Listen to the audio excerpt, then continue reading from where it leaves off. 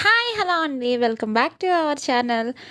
Day 2 అండమాన్‌లో day 2 అండి ఇది. యాక్చువల్‌గా ఫస్ట్ డే పోర్ట్ బ్లెయిర్ మొత్తం చూసేసాము. తర్వాత హావలాకి వచ్చాము. రూమ్‌కి వెళ్ళాము. అక్కడ వరకు చెప్పి ఎలిఫెంట్ బీచ్‌కి వెళ్ళాలి అని చెప్పి నేను లాస్ట్ వీడియో అయితే ఎండ్ చేశాను. లాస్ట్ వీడియో చూడకుండా ఈ వీడియో చూసే వాళ్ళ కోసం క్లారిటీ మాట చెప్తున్నాను అంతే. ఎలిఫెంటా బీచ్‌కి వెళ్ళడానికి మనం ఎక్కడైతే హావలాక్‌లో జెట్టి ఉందో జెట్టి పాయింట్ అక్కడి నుంచి మనకి ఫెర్రీ ఉంటది మాట. 1000 రూపీస్ ఛార్జ్ చేస్తారు. అక్కడి నుంచి వెళ్ళొచ్చు. లేదు అంటే ట్రక్కింగ్ చేసుకొని కూడా వెళ్ళొచ్చు. ఇక్కడొచ్చి కయాకింగ్ అవన్నీ చేసే ఏరియా మాట ఇదంతా. ఇదంతా జెట్టి పాయింట్ పక్కనే ఉంటదండి. ఎలిఫెంటా బీచ్‌కి యాక్చువల్‌గా ట్రక్కింగ్ చేసుకుంటూ వెళ్ళాలి ఫారెస్ట్‌లో. అది వెళ్ళలేని వాళ్ళు, అలా నడవలేని వాళ్ళ కోసం ఇక్కడి నుంచి అయితే ఫెర్రీ ఉంటది. 1000 రూపీస్ అయితే ఛార్జ్ చేస్తారు. మేమైతే వచ్చింది అన్ని సార్లు ఇంకా ఐలాండ్ అంటే మనం వచ్చిందే ఫెర్రీ మీద కాబట్టి బోరింగ్ అనిపించి, లేదు ఆ ఫారెస్ట్‌లో ఆ ట్రెక్కింగ్ ఎక్స్‌పీరియన్స్ కూడా మనకి ఉండాలి అన్నట్టు మేమైతే ట్రెక్కింగ్ చేసుకుంటానే వెళ్ళాము. ఫారెస్ట్‌లో నడవడం అబ్బా! ఆ ఎక్స్‌పీరియన్సే వేరే లెవెల్. మనం ఒక్కడమే కాదండి, మనతో పాటు చాలామంది ఉంటారు. యాక్చువల్‌గా మా రిసార్ట్ దగ్గర నుంచి ఇక్కడికి 10 కిలోమీటర్స్ మాట ఎలిఫెంటా బీచ్‌కి. సో, అక్కడ రోడ్డు మీద మనం అలా పార్క్ చేసేసుకుని బైక్ అదిని ఇక మన జర్నీ స్టార్ట్ చేయాలి ఫారెస్ట్‌లో. యాక్చువల్‌గా స్టార్టింగ్‌లో రిజిస్టర్‌లో మన నేము, మన ఫోన్ నెంబర్ అన్నీ రాసుకుంటారు. మీకు ఎవరైనా గైడ్ కావాలా, ఇలా 500 రూపీస్ ఛార్జ్ చేయాలి. గైడ్ మొత్తం అంతా చెప్తాడు, చూపిస్తాడు. మీతో పాటు వచ్చి మీతో పాటే రిటర్న్ వస్తాడు అని చెప్తారు. మేమైతే గైడ్ ఏం అవసరం లేదు అని చెప్పాము. 2.5 కిలోమీటర్స్ ఉంటుంది ఇట్లా మొత్తం క్లియర్గా చెప్పారు. మాకు గైడ్ ఏం అవసరం లేదు, మేమే వెళ్తామని చెప్పాము. సో, ఇంకా మేమే వాక్ చేసుకుంటూ వెళ్తున్నాము. కొంచెం సౌండ్స్ అవన్నీ కూడా వస్తున్నాయండి, భయంగానే అనిపించింది.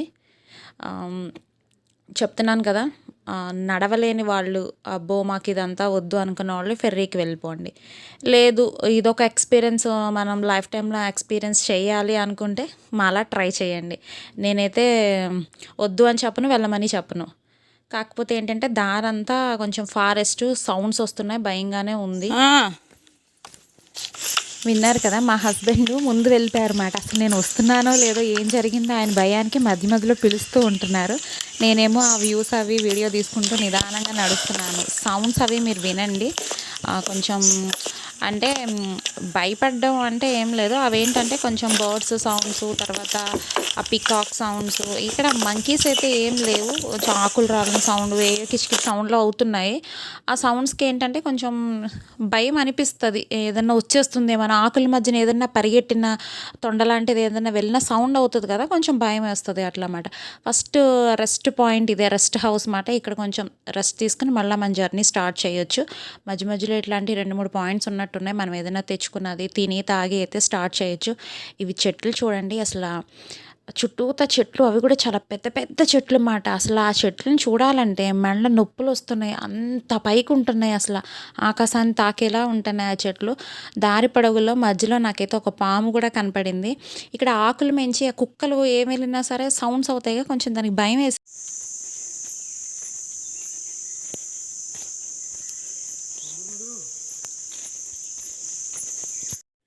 విన్నారు కదా, సౌండ్స్ అలా జ్జ్ అంటే సౌండ్స్ అవుతూ ఉంటాయి. ఆ ఎండిన ఆకులు రాలి పడతాయి కదా, దాని మించి మనం నడిచిన చప్పుడు కాకుండా ఆ చెట్ల మధ్యలోంచి ఏంటో జరజర వెళ్ళిపోతున్నట్టు వస్తున్నట్టు సౌండ్స్ అవుతాయి. కొంచెం భయం అనిపించింది. ఆ, చెప్తున్నాను కదా, ఇష్టం ఉంటేనే వెళ్ళండి, లేదంటే చక్కగా ఫెర్రీకి అయితే వెళ్ళిపోండి. కొంచెం భయంతోనే సాగింది జర్నీ అని అయితే చెప్పాలి. నేనైతే కొంచెం భయపడ్డాను.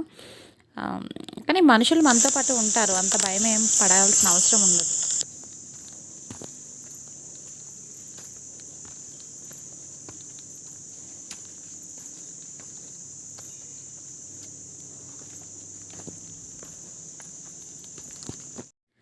ఒక ఫైనల్లీ 2.5 కిలోమీటర్స్ తర్వాత ఇట్లా అయితే వాటర్ అంటే సముద్రం ఇక్కడ చెప్పాను కదా, బ్యాక్‌కి వెళ్ళిపోతది. Night time ముందుకొస్తది. యాక్చువల్‌గా ఇది ఇప్పుడు టైం వచ్చి 9:30 ఆర్ 10 అలా అవుతదనుకుంటా. వాటర్ అంతా వెనక్కి వెళ్ళిపోతాయి కదా, ఇంక ఇట్లా అయిపోయింది. ఇవి వాటర్ ఎలా ఉందంటే ఒక మోకాళ్ళ లోతు నీళ్ళు వరకు ఉంటాయి. అందులో ఫిషెస్ అని ఇవి రకరకాలు కనపడుతున్నాయి. ఒకళ్ళకి ఎవరికో పాము కనపడిందంట. మాకైతే ఫారెస్ట్‌లో పసరపాము కనపడింది అంతే. ఇక్కడైతే మాత్రం అండమాన్‌లో కోతులైతే కనపడలేదండి. అంత ఫారెస్ట్‌లోంచి వచ్చిన ఒక్క కోతి కూడా కనపడలేదు. నాకు అర్థం కాలేదు, ఇక్కడ మంకీస్ ఉండవా ఏంటి అనిపించింది. ఇక మాకు వాటర్ బాటిల్ ఒక 2 లీటర్స్‌ది అదేంటో 1 లీటర్ వాటర్ బాటిల్ అమ్మేవాళ్ళే కాదు అండమాన్‌లో. ఇప్పుడు వాటర్ చూడండి, ఈ వాటర్‌లోంచి మేము దాటుకుంటూ వెళ్తున్నాం. ఇవైతే మోకాళ్ళ లోతులో ఉన్నాయన్నమాట. మళ్ళీ నేను రిటర్న్‌లో చూపిస్తాను. వాటర్ ఏమి ఉండదు, ప్లెయిన్‌గా అయిపోద్ది. అంటే సముద్రం టోటల్‌గా బ్యాక్‌కెళ్ళిపోతది. ఇక్కడ ఏంటి అంటే యాక్టివిటీస్ జరుగుతూ ఉంటాయి కదా, వాటర్ యాక్టివిటీస్. ఊరికే ఆ బోట్ సౌండ్స్ అవి మనకు వినపడతా ఉంటాయి. వచ్చేసాం కోస్టల్ ఏరియా అనుకుంటాం, అలా నడుస్తూనే ఉంటాం అన్నమాట. ఫైనల్‌గా అయితే రీచ్ అయిపోయాము. కోస్టల్ ఏరియా వచ్చేసింది. 2½ కిలోమీటర్స్ అట్లా ఉంటది. జర్నీ టైం అడగొద్దు. 40 మినిట్స్ అట్లా పట్టినట్టుంది.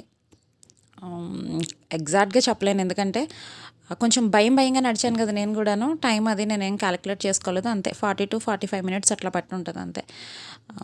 బానే ఉంది. మౌంటైన్ ఎక్కేలా కాదు కదా, ఇది కొంచెం ఫ్లాట్‌గానే ఉంది. ఫారెస్ట్ కదా, ఓకే. కాకపోతే ఏంటంటే చెట్లు వేళ్ళ మధ్యన నడవడం కదా, జారుతది. కొంచెం తగిలి గుప్పుల్లాగా ఉంటాయి కదా, అవి పడతాం, చూసుకోవాలంతే. ఇప్పుడు కూడా వాటర్ చూసారా మీరు? ఆహ్,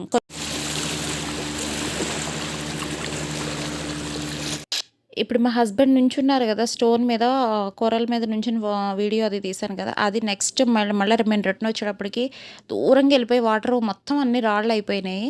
అలా వాటర్ వెనక్కి వెళ్ళిపోతూ ఉంటుంది. యాక్చువల్గా ఇక్కడ ఎలిఫెంటా బీచ్ వచ్చేసి ఓన్లీ వాటర్ యాక్టివిటీస్ కోసమే అన్నమాట. ఇక్కడ వాటర్ యాక్టివిటీస్కి ఇది ఫేమస్.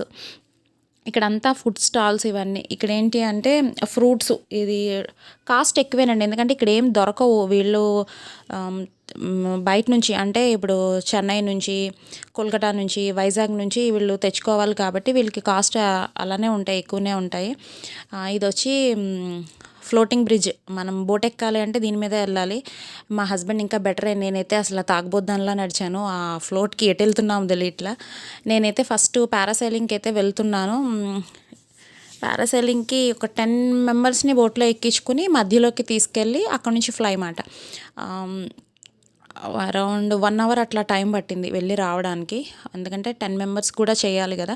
ఫస్ట్ అయితే మనం బోట్లోకి ఎక్కేటప్పటికే మనకైతే లైఫ్ జాకెట్స్ అయితే వేసేస్తారు, వేసుకోమని చెప్తారు. తర్వాత ఇంకా మనం పారాసైలింగ్ చేయడానికి కావాల్సింది నెక్స్ట్ ఒక్కొక్కరికి ఆ టైంకి వేసి హుక్కి పెడతారన్నమాట.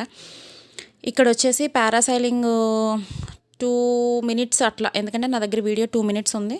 ఆల్మోస్ట్ అట్లానే ఫ్లై అయ్యి ఉంటాను నేను. ఇక్కడ ఏంటంటే 185 120-180 మీటర్స్ హైట్కి వెళ్ళాము. ఇదేంటంటే డైరెక్ట్ ఆటోమేటిక్ మాట, బోట్కే ఉంటుంది. ఆ థ్రెడ్ ఉంది కదా, అది సప్మని ఎంత ఉందో అంత పైకి లెగుసుకుంటా వెళ్ళిపోతుంది.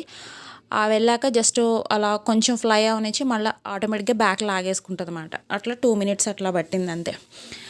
ఇంకో విషయం చెప్పాలి అంటే మీకు, ఇక్కడ వచ్చి కాస్ట్ అయితే అన్నీ ఎక్కువనే. మీరు గోవాలో అయితే తక్కువగా అవుతుంది, ట్రై చేయండి. గోవా వెళ్ళే ఉద్దేశం ఉంటే ఇక్కడ మీరు డ్రాప్ వేసి అక్కడ చేయండి. అక్కడ కాస్ట్ అన్నీ తక్కువనే ఉంటాయి వాటర్ యాక్టివిటీస్ అండమాన్తో పోల్చితే. ఇంకోటి ఏంటి అంటే మీరు ప్యాకేజ్ తీసుకోవద్దు ఈ వాటర్ యాక్టివిటీస్. నేను చెప్పే సజెషన్ ఏంటి అంటే, ఎందుకు అంటే ఇక్కడ ఏమీ అన్నీ ఫిక్స్డ్ ప్రైజెస్ అయితే ఏం కాదు, మనం బార్గెయిన్ చేసుకోవచ్చు. అది కూడా కాకుండా మనం ఒక 5-6 మెంబర్స్ అయినా కొంచెం గ్రూప్ కింద వెళ్ళామనుకోండి, ఇంకా తగ్గుతాయి అన్నమాట కాస్ట్. సో మీరు తొందరపడి ఆన్లైన్ బుక్ చేసేసుకుని ప్యాకేజ్ తీసుకుండంలా కాకుండా ఇక్కడికి వచ్చాక మీరు చూసుకుని మాట్లాడుకుని తీసుకుంటే మీకు తక్కువ ప్రైస్కి అవుతుంది. అది కూడా కాకుండా ఇప్పుడు ప్యాకేజ్లో అయితే ఈరోజు ఇది లేదండి, యాక్టివిటీ అయిపోయింది టైము, అట్లా కూడా చెప్తారు.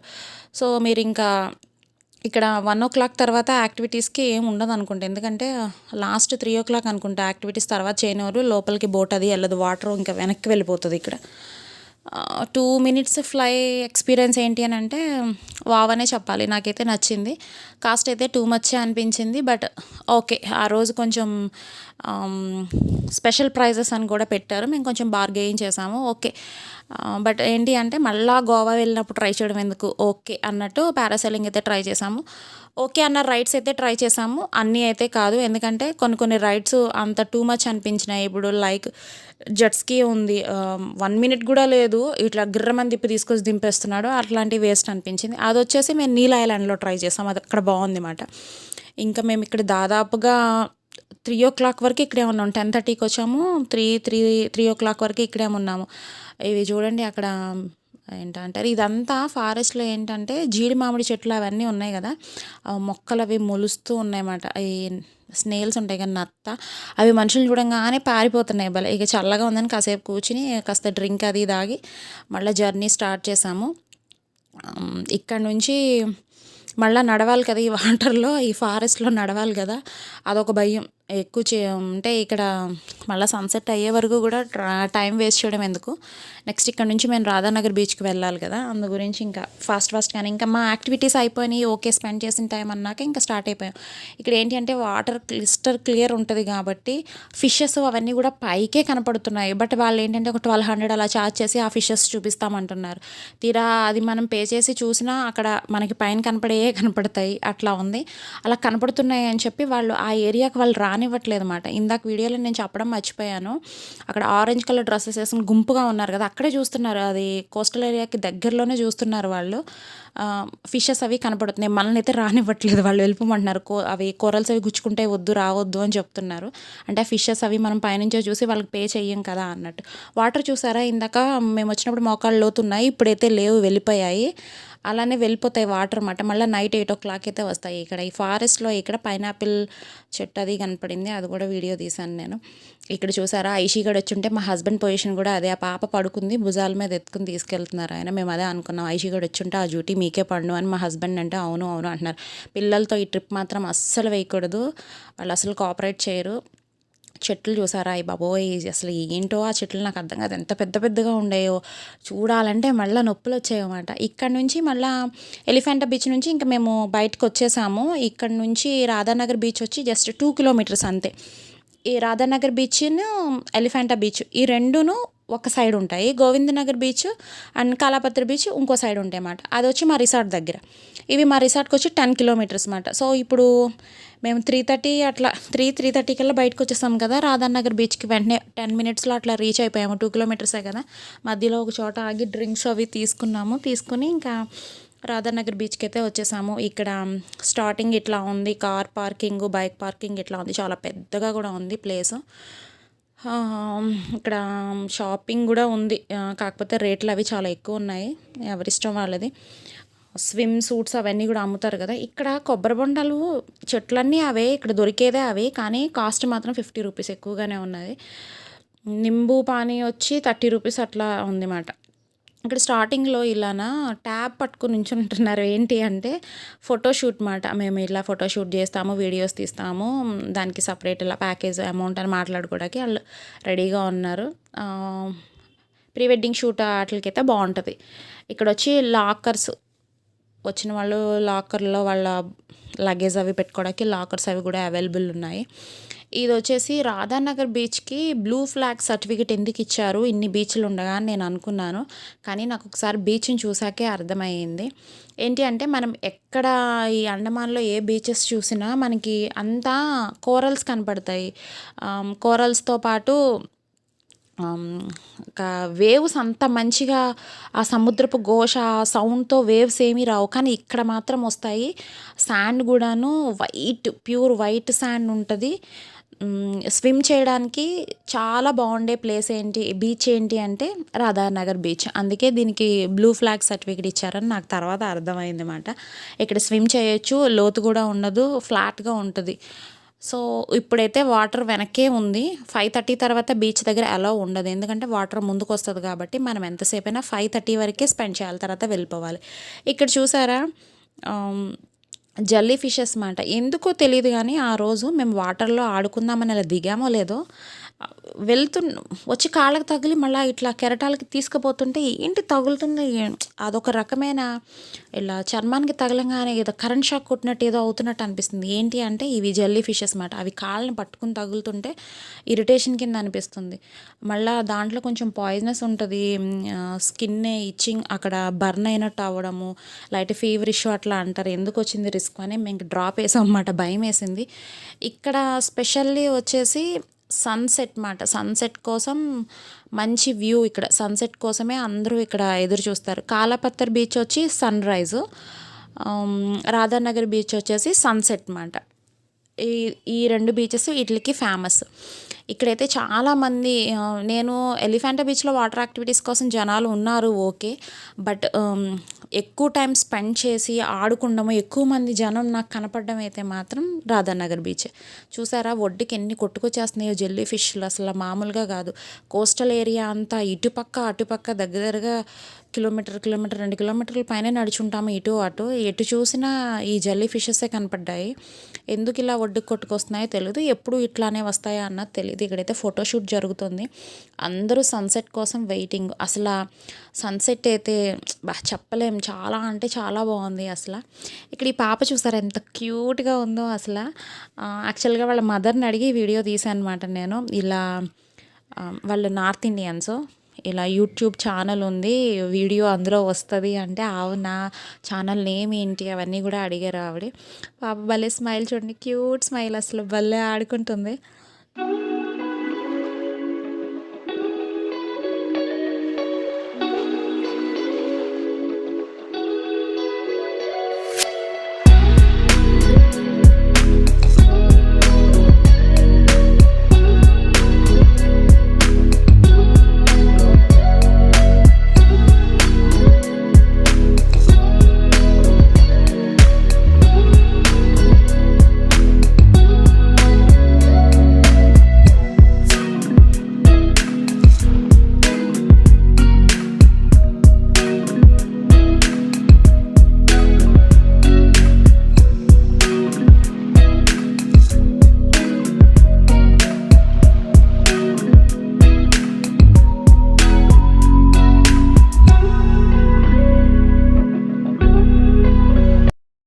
సముద్రంలోంచి అవి చిన్న చిన్న పురుగులు లాంటివి నడిచి ఇలాగా అయిందన్నమాట. అది భలే ఉంది.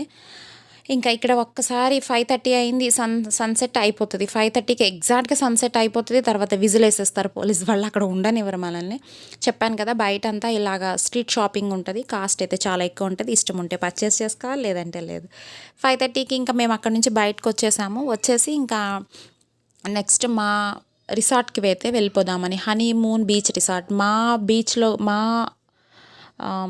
రిసార్ట్లో కూడాను బీచ్ వ్యూ ఉంటుంది అని చెప్పాను కదా. సో మేము ఇంకా అక్కడికి ఫ్రెష్ అయిపోయి రూమ్లో కాసేపు ఆ బీచ్ వ్యూ అది చూసుకుందాము అని ఇంకా స్టార్ట్ అయ్యి వెళ్ళిపోతున్నాము. ఇక్కడ చెప్పాను కదా, వన్స్ సన్సెట్ అయ్యింది అంటే చీకటి మాట, ఇంకా మామూలుగా ఉండదు. నేను టైం చూపిస్తాను మీకు, అది కూడాను 6:10 అలా అయ్యింది అంతే. టైము చూపిస్తా చూడండి. అంతే, ఇంకా విపరీతమైన చీకటి, మామూలు చీకటి కాదు. ఆ చీకటి కూడా ఎట్లా అనిపిస్తుంది అంటే అది చూడండి, 6:05, 6:10 అయింది అంతే కదా. అయితే చూడండి ఎలా ఉందో, మొత్తం నైట్ 9 or 10 అయిందంటే నమ్మేస్తారు, అట్లా ఉంటుంది అన్నమాట.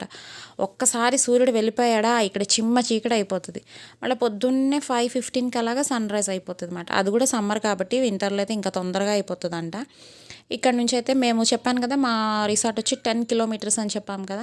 మళ్ళీ ఇంకా 10 కిలోమీటర్స్ బ్యాక్ వచ్చేసి మా హనీమూన్ బీచ్ రిసార్ట్కి అయితే వచ్చేసి ఇక్కడ ఫ్రెష్ అయిపోయి చక్కగా మా రిసార్ట్లో అయితే మేము బీచ్ వ్యూ, డిన్నర్ అవన్నీ అయితే చేసామన్నమాట. అవన్నీ కూడాను మీకు కమింగ్ వీడియోస్లో అయితే నేను చూపిస్తాను, మీతో నేను షేర్ చేసుకుంటాను. మీకు వీడియోస్ నచ్చుతున్నాయనే నేను అనుకుంటున్నాను. నచ్చితే తప్పనిసరిగా అయితే సబ్స్క్రైబ్ చేసుకోండి, మీ ఫ్రెండ్స్కి షేర్ చేయండి అండ్ కామెంట్ చేయండి. ఓకేనండి, మరొక మంచి వీడియోతో మీ అందరినీ కలుసుకుంటాను. అంతవరకు సైనింగ్ ఆఫ్, మీ రమ్య. Take care, bye.